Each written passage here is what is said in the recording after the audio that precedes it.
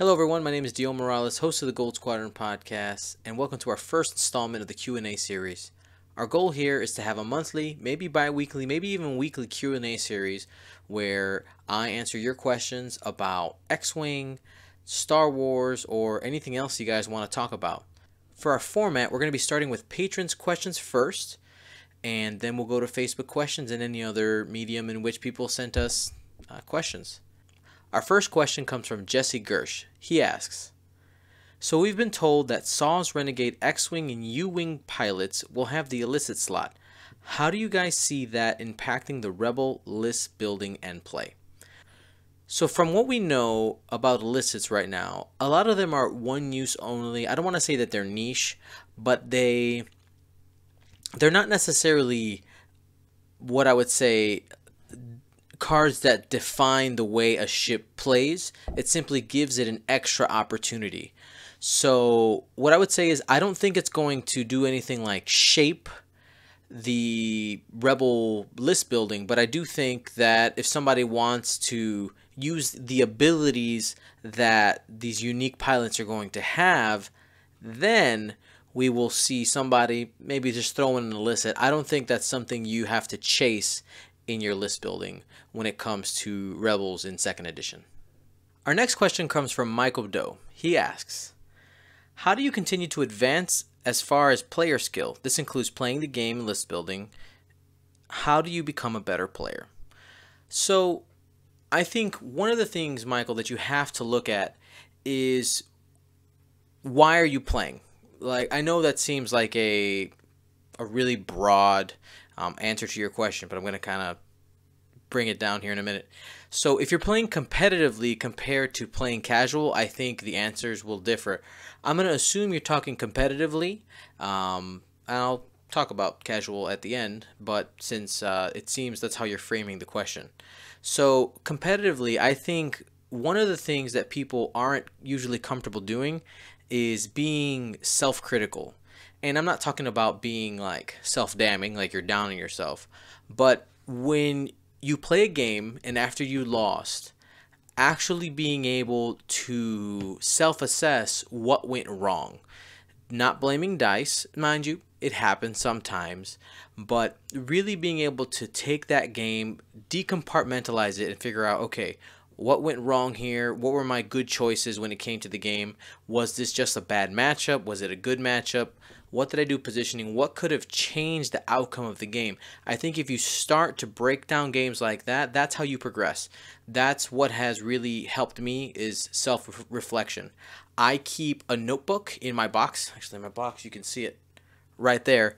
I keep a notebook where I write down every squad I play against, and I just jot a couple of little notes in there when it comes to decisions that I made were good and that are bad, what worked, what didn't in that matchup. And that's something that just the act of writing it down allows you to have that a little bit more hardwired into your brain, and you'll be able to recall it better in future matchups. The second part of your question, when it comes to list building, honestly, list building is very challenging. We're about to hit 2nd edition where, you know, we have a bunch of pilots and upgrades, but we're not entirely sure what are the point costs, right? So we can assume some combinations of things and try to kind of game what are some lists that we might be able to put together. But the issue is that when it comes to a competitive meta, you have how do I want to say this? There are lists, like I honestly believe that there are top tier lists that probably could exist in our current wave competitively, but we are, we're steered by what is popular, what has won recently, and we read and react off of those things. I'm not saying that that's a bad thing, but that's how we work as human beings, is reacting to what ends up being successful. So when it comes to progressing in list building, honestly, I don't have a perfect answer for that one. You have to, like, I'm not a fan of chasing synergy. I would say that's probably one big thing. Um, so for instance, if you lose one piece in your list, let's say you're flying a 3 or 4 ship build, and if there is one piece that if that ship dies, you no longer have a chance to win, I don't think that's the way to go. Um, because you want to, if you get into an end game with any of your ships, you're going to want to have an opportunity to win. Um, there are ships that have been labeled as end game ships. For instance, earlier in the season, I was flying Kylo and 2 gunboats. If I got to the end game with only a gunboat, I probably lost the game. My goal was always to get Kylo to the end. So, but he was built out in order to evade taking damage or being shot. So there was it was cake built into the list, right? So again, just trying to find pieces that work well together, but you don't want to lose one and everything falls apart. You'd like to be able to have an opportunity to win, even if you just lose one. Then Mike Doe also asked, how do you go about teaching the game to new players of different ages? So when you say different ages, I'm not sure what the range is, but me personally, when new people come into the store, it's either me or Ron who take the new player aside and give them the tutorial game. We play with some very simplified lists, no upgrades, and take them step by step. When it comes to children, if you're trying to teach kids, I would say you of course want to start with no upgrades, and the goal is just moving the ships around and getting dice rolled as soon as possible. Playing on a smaller mat, that 2x2 box that Fantasy Flight sent to a lot of game stores, I think is a wonderful idea because you get engaged in battle much sooner. If we're talking about just adults, one pitfall that I see a lot of people do is saying, oh, with this first game, let's not play with asteroids. I think that's a huge mistake personally. You want to start from the beginning, set your players up for success, understanding that this game is more than just going straight at each other, K-turn, do it again.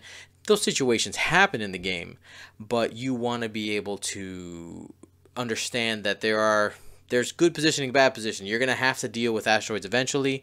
I think it's a mistake to start without asteroids. Even if you're teaching this to a kid, tell them you don't want to hit that. So I would start there. And Mike, if you want some more detailed ideas, depending on what these age ranges are, feel free to reach out to me individually, and we'll get that figured out. Cody and Deborah Solly ask, what cards in 1.0 that are heavily used are not in 2.0? How do you think this affects strategy and list building? Also, how great does it feel to fly T-65 X-Wings again? Heart, heart, heart. And the original post. So you mentioned VI. We haven't seen adaptability. That's pretty common. I know it's very similar. Two other cards that are heavily used that I noticed we haven't seen anything for are Expertise and also Lightweight Frame. Will these exist? Honestly, I think that Expertise in its current form will never be a thing. It's too popular, too heavily abused. Just being able to just change all focus results to hits, even for 4 points. Oh, it's 4 points. It's a lot of points. It is, but when you think about how often it can trigger, it's way too good. If it exists and if it transfers to second edition, I could see something like, maybe it's similar to Heavy Laser Cannon, where it's in the bullseye only, which would be significantly harder.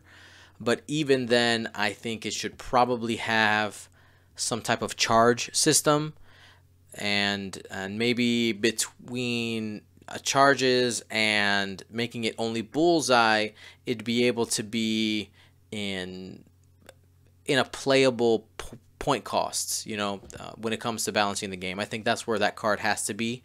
When it comes to lightweight frame, I do find it interesting that we haven't seen that for second edition, as it did really bump up the playability of a lot of the Imperial ships. But I think the reason is because the overall offensive power level of the game is coming down. Lightweight frame, the developers might be looking at it and say maybe it's not as needed as it was in our current first edition setting. So those are a couple of those cards that I'm seeing. How do I think this affects strategy and list building? Well, we know that modification for dice are going to be at a premium in second edition. So, we know that expertise isn't a thing. So, for instance, one really popular build that one of our co-hosts, Nate Moore, likes to fly is Ray with expertise. So you get to re-roll 2 attack or defense dice. Let's talk about just attacking. You get to roll 2 attack dice, up to 2, when in arc. And usually you're rolling 3. Range 1 is 4. If you had Finn, it's 5. You re-roll 2 of the blanks that happen. And I mean, when I'm playing him, it's just like always like 4 hits, 4 hits, 4 hits constantly, because they're double modified shots, and that gives you a very high percentage of getting all hits. It's too easy. Oh, Ray has to get you an arc. It's still too easy, right? She could turn around super easy. Oops, sorry about that. It's still super easy. So when it comes to list building, people are still going to be chasing the ability to have the most modified shot that they can, and trying to find the balance between survivability and offensive modification. So I think that's where we're going to see the list kind of trend to, but we don't know enough about point cost to see what is worth it, what is not. So we'll have to see there. As for T65s, I'm loving it. You can see behind me somewhere. Where are they? Where are they? Up there. There you go. I have my X-Wings up there, and it's maybe a little bit hard to see if you're not on a computer screen. But I'm loving it. They're a lot of fun to fly, and I'm really enjoying the S-foils and being able to barrel roll with them. It's a lot of fun. So Adam Stevenson asks our first general Star Wars question. Don't be afraid to send these our way. Honestly, I love answering these kind of questions. I'm a huge Star Wars fan, and my specialty, I would say, is this current canon. I have read every book and almost every comic book when it comes to all of the current stuff, and I have started stretching into the extended universe, so I am not afraid to dive into all things Star Wars. So feel free to send questions like this our way. So Adam asks, I've heard recently in a brief conversation that the Republic were not necessarily the good guys in the Clone Wars. Why is that? The Jedi are always the good guys, right? So I think the problem with this whole thing is the idea of the separatist nations.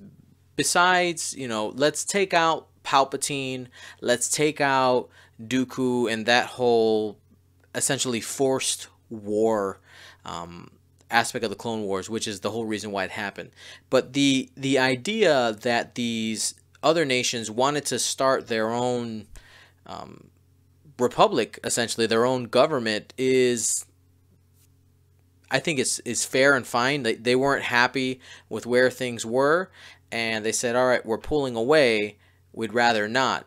And I think that looking at just that conflict, the Republic fighting this government is kind of like the Revolutionary War when it comes to that, right? These usually smaller planets that are farther out were under the umbrella of the Republic, and now they're saying, hey, I think we're done. We want to band together in order to make sure that we're taking care of more than your inner core worlds, because right now we're getting the short end of the stick.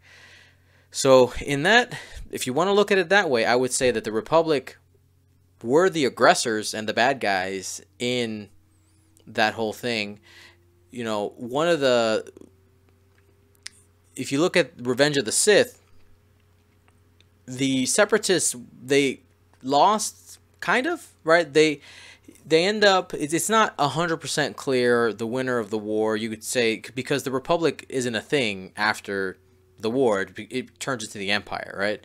So it ends up being under this giant umbrella, and then the Empire starts oppressing these worlds again. And no, the Republic didn't win the war, and also the Separatists didn't win the war because of what we took out of the scenario at first, because of Palpatine and his manipulation, his forcing of this war. And the Jedi were just pawns in the whole thing. They didn't really matter. They were the generals. They were like, hey, we're peacekeepers. I think they really lost their way in the whole Clone Wars. It's sad. Like, I really enjoyed the whole Clone Wars series and seeing them interact with the clones. I found that very entertaining. But when it comes to the Jedi Code, they shouldn't have been doing any of that. They shouldn't have been involved in the war at all. And yes, they were mighty warriors and all that, but they essentially were supposed to be like the police, not the military, if that makes sense. Jason Campbell asks, so with the addition of forced powers and the separation of rebels and resistance and Empire First Order, do you think we could see the addition of Clone Wars factions? If so, what ships would you like to see as Wave 1 of those factions? So, yes, I do think that eventually we will end up getting these Clone Wars factions. And here's the reason why I think so. In the original inception of the game, and when you talk to the developers and in certain interviews and stuff, they at first talked about it as X-Wing as a galactic Civil War dogfighting game. And that has changed over time. Now they just describe it as a Star Wars dogfighting game. Now, I think it will take time, but they've dipped their toe in the water a little bit by adding the ARC 170. Yes, as a scarce, rebuilt and taped together ARC 170 ship. They dipped their toe into the Clone Wars because that's straight out of there, and people didn't have a crazy reaction. I know that there is some fear with the prequel stuff, but honestly, Star Wars is Star Wars, and there's a lot of really cool designs in the prequels, like a lot, and I would love to see those on the table. As for Wave 1 for each, I think, you have to get the Naboo Starfighter because that was in Episode 1. The real question there is, do we get an Anakin Skywalker pilot in that? We probably shouldn't, to be completely honest, but we might. Who knows, right? He did a cool trick.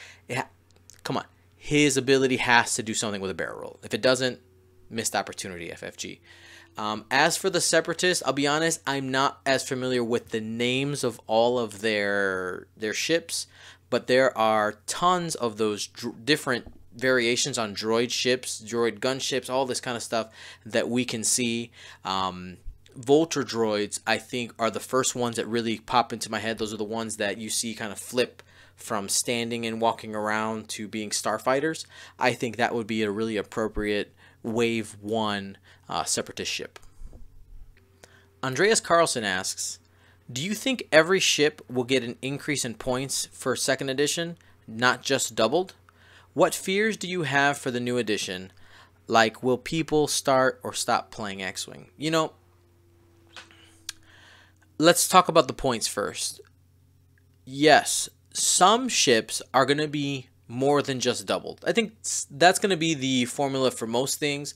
FFG most likely took what I would have done is you take everything that exists in the game right now and in its current state, what is too good? And you kind of adjust from there. You do the double and you kind of have a rough estimation of where everything should be sitting. Now, we know that they have, for instance, one of the formulas that they have is 12 points equals 1 attack dice in 1st edition. You see that with the Punishing One title in 1st edition, and also the Outrider and Heavy Laser Cannon combo for the 2400. Now, I'm curious to know if they still think that way. 4 points is a shield upgrade in first edition, and 3 points is a whole upgrade. Do they still look at the math that way? According to interviews and things, they don't look at it that way anymore. They're starting to look at what the whole ship, the sum of its parts when it comes to the point costs. So that would mean that they really need to look at possible combos and things before just assigning a point cost to it.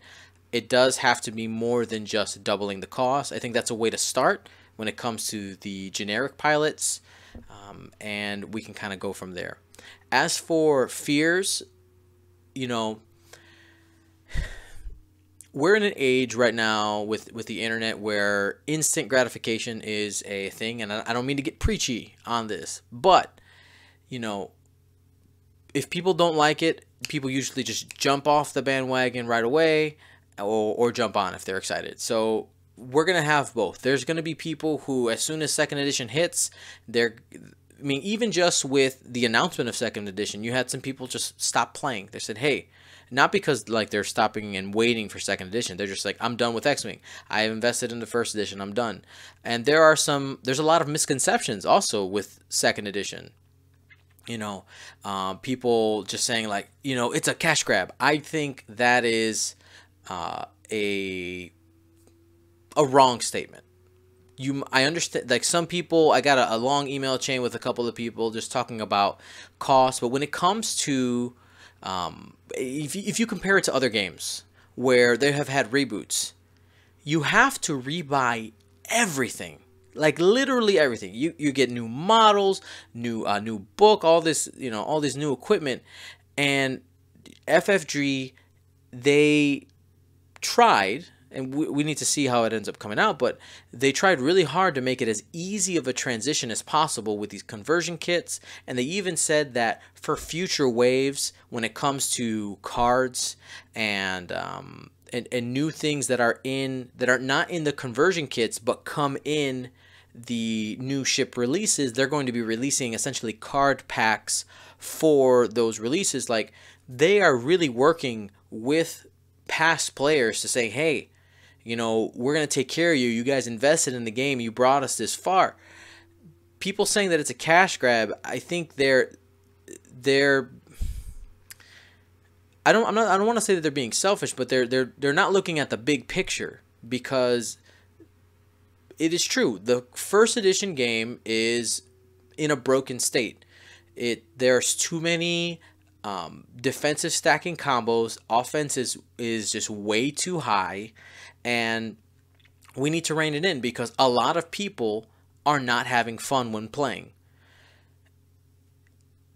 When we talk about their sales, let's just talk about that.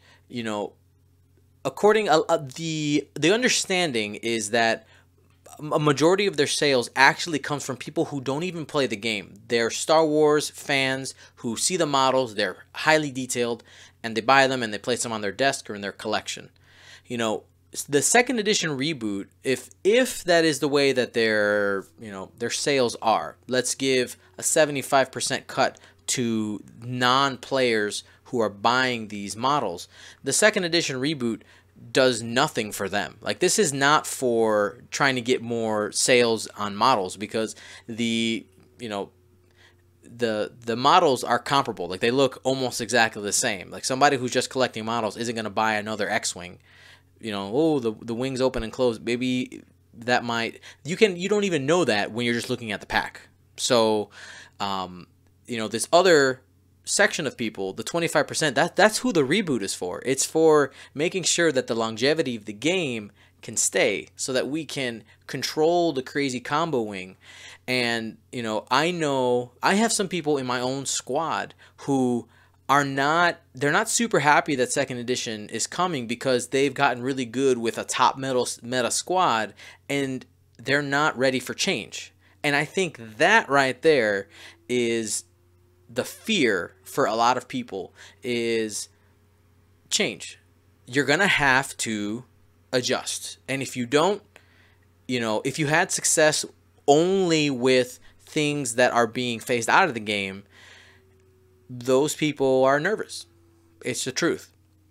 How do you get ready for that? Well, I think if if you plan to stick with X-Wing, if I were you, I would stop using turrets. I would stop using bombs when it comes to like in their current form. Like I would just really just try to stick to the fundamentals of the game, practice flying, formations, understanding different ways to pincer and flank, all these kind of just really working on the fundamentals of the game rather than leaning super heavily on things like harpoon missiles and TLTs and all that. So if you want to fly it, I'm not saying that you're wrong. I'm saying that if you want to transition and have a better time when second edition does come, you'll be more prepared if you do that. As for my personal fears, honestly, I'm not afraid. I am extremely excited, and I do know that there are going to be people who quit the game when second edition comes, and there's going to be people who had quit the game in the past because of the brokenness of it who are coming back. Honestly, I think at first, when it all levels out, we're going to be the same and slowly start to rise, because I think some players who quit the game initially because they had an emotional reaction to them ending first edition will come back. They're going to see their friends are having fun. They're playing this game that it's different, but it's still familiar to them, and they'll jump back in. Honestly, I think a lot of those emotional decision people are going to end up jumping back in. I would hope, and to really just take a long look and see why is it that you're maybe jumping ship, if that's if that's you. I'm not saying that it's you, Andreas, but people who maybe had that initial reaction. Benjamin Jackson asks, do you think Swarm's going to be a big part of the initial 2.0 meta? Yes, I absolutely do. Swarms have not been competitively viable for a while, specifically the TIE Swarm, and people who started the game in the age of the TIE Swarm and were used to flying, 8, 7, 6 ships, they're going to jump on that right away, however it's possible. And just looking at some of the combos that you have when it comes to Howl Runner, Iden Versio, and then you add in, 4 other TIE fighters, like that just seems really powerful. So I think there are going to be a lot of players on Swarm at the beginning. Isaac Carter asks, what drives you to do all the work you do for the X-Wing community? I don't like this question because I'm not a fan of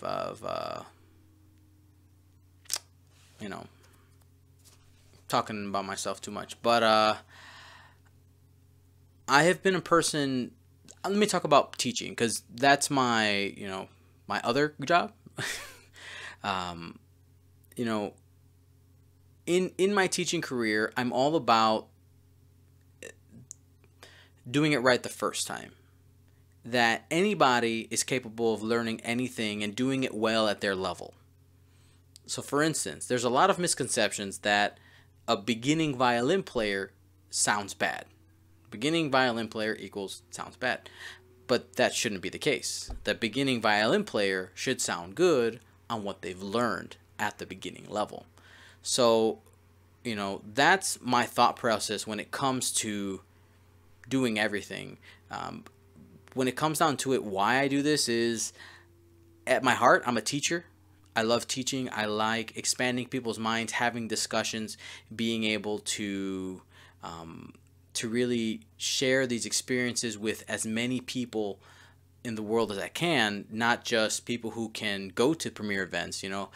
By doing the streams, I'm bringing that event, that tournament, into those people's home or on their commute, whether they're watching it live or in the future. Like, I think that's a really amazing thing.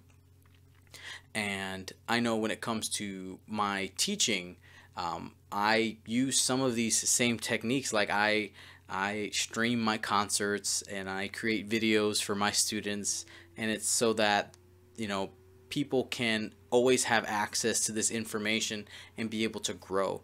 And my goal is to try to make as high quality of content as possible. And I know that I'm tangenting a little bit from the from the question, because you asked what drives me to do it. You know, I want to do it right. I want to do as much as possible, and just the desire to do more and create quality, I guess, is the answer there, Isaac.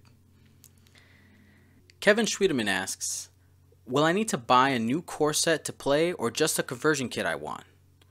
So my understanding is that you will need the core set if you plan on playing Rebels or Empire, because your Rebel and Empire conversion kits do not have the X-Wing conversions for all of the X-Wings and all of the TIE Fighters that are in the core set. They're not in both. So you will need the core set. Not only that, you're going to need the second edition templates. If you don't get some third-party ones, I would suggest Curl Paw Creatives personally. All the great work that they've done with us. And also you need the damage deck, because that has changed. So you do need a core set and whatever conversion kit you want to buy. One suggestion, though, I know that some players are planning on going Scum. What you might be able to get away with is purchasing third-party acrylic templates.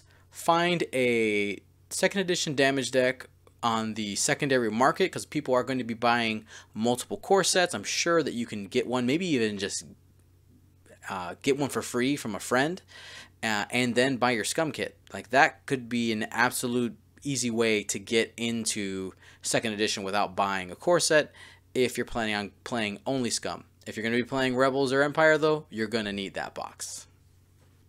Joseph Moore asks, do you think a lot of people will wait to play second edition until more waves are released?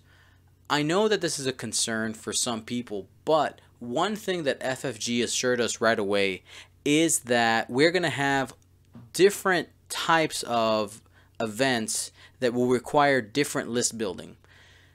We know that one of the types of tournaments will be Wave 1 only. So that'll be for Scum, that's your Fire Spray, your Fang Fighter, and now your Lando Falcon, as well as, I think that's it for them. Then for Empire, you have the TIE Fighter, the TIE Advanced, and then for Rebels, you have the X-Wing and the Y-Wing.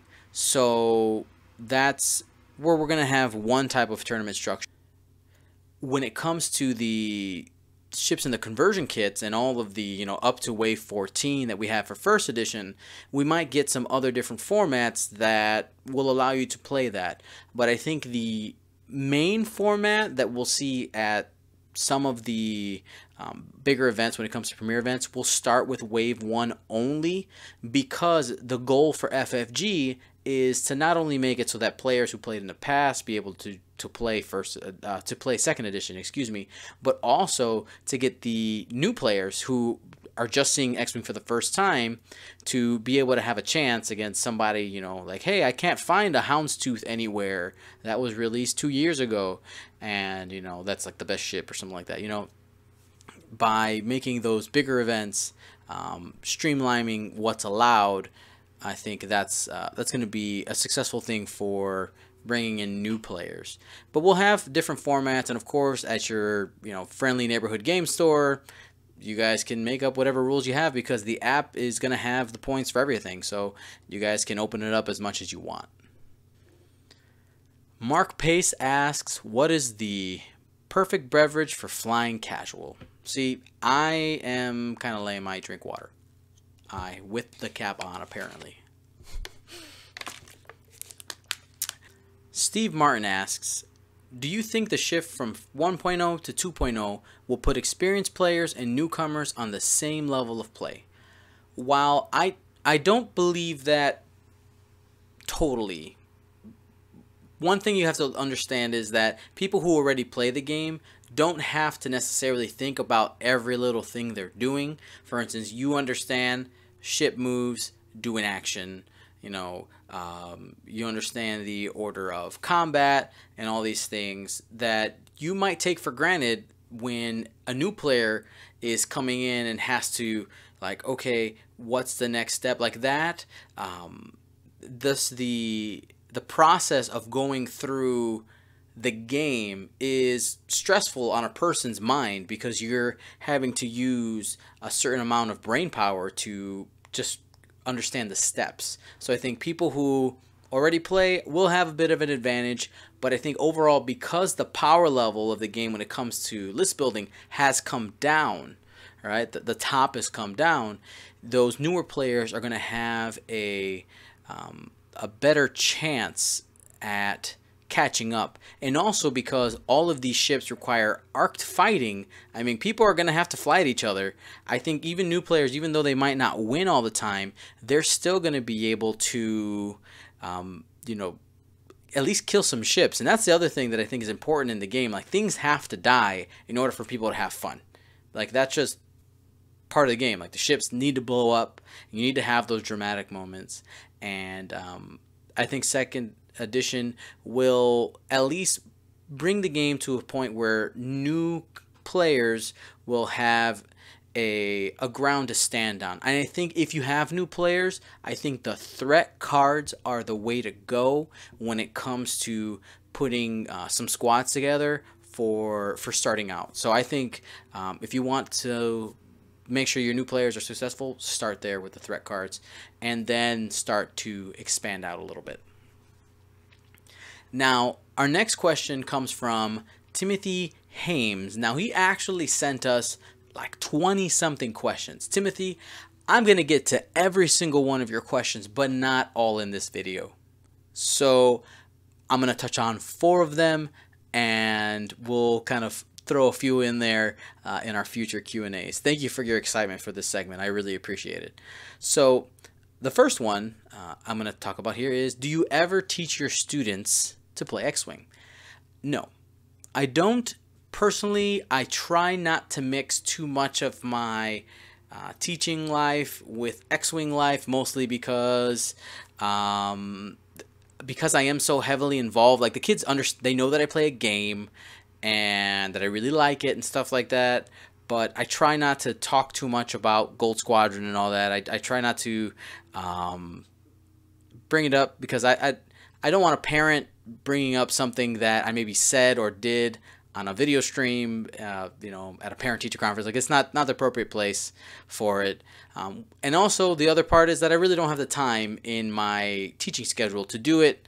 After school clubs are reserved for curricular things only, so X-Wing, I could probably write a lesson plan and explain, you know, spatial reasoning and understanding tactics and things like that, but I don't have the opportunity to do it, so it just hasn't happened yet. Next question is, Solo or Rogue One? Which is a better movie? Man, you are you're busting out the big ones here. So I would say, enjoyment-wise, I enjoyed both these movies a lot. But what you cannot take away from Rogue One is, like, Solo was about a character that we knew already. Like, we kind of understood his mannerisms, his, you know, that he always makes the good choice no matter what. We understood Chewbacca as well. We understood that Lando was kind of, you know, a little cringy, but like cool at the same time. Like, we understood those characters already. Rogue One gave us a full list of brand new characters that we followed around, and that newness cannot be, you can't compare that, you know, in those movies. So personally, if I had to choose, gun to my head, I guess the answer is Rogue One. Do you want more ships with moving parts? Yes, but is my answer. Like, I am not like, I really love the U-Wing. The U-Wing is super cool. It opens and closes. The Upsilon shuttle is also really awesome. The X-Wing, like, I like the idea that they can open and close. But I know, for instance, my 2 partisan X-Wings, they kind of just kind of chill at like the half open position, like mostly open, like not all the way, but they also don't close all the way. And I saw that on Reddit, some people had opened them up and showed that there's like a bunch of glue in there. So after time of using them, I guess they'll loosen up. I think the more usable the moving parts are, the more fun they are. So as long as FFG keeps up in the quality on the moving parts, I'm in. Alfred Schnabel asks our last question. He asks, what is best in life? And the answer to that, my opinion, is love. Thank you very much for joining us. This was super fun to do, and we will be doing these maybe bi-weekly, maybe monthly if we get enough questions, maybe even once a week. So I'm going to make a post. You'll see it on both Patreon and Facebook. So thank you again, and I'll see you next week. My name's Dio Morales. Gold Squadron, out.